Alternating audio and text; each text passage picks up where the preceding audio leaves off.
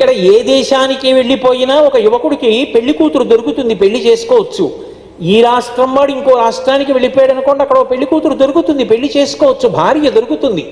కానీ తోడ పుట్టినవాడన్నవాడు మాత్రం తనతో కలిపి జన్మించినవాడు సహోదరుడు.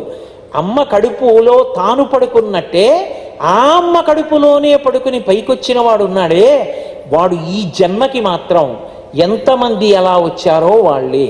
ఆ అనుబంధం ఉందే అది పరమాద్భుతం. ఆ రక్త సంబంధం ఉందే దానిలో ఉండేటటువంటి ప్రీతి, దాని యందుండేటటువంటి ప్రేమ అనూహ్యం, అంత గొప్పగా ఉంటుంది. రామాయణంలో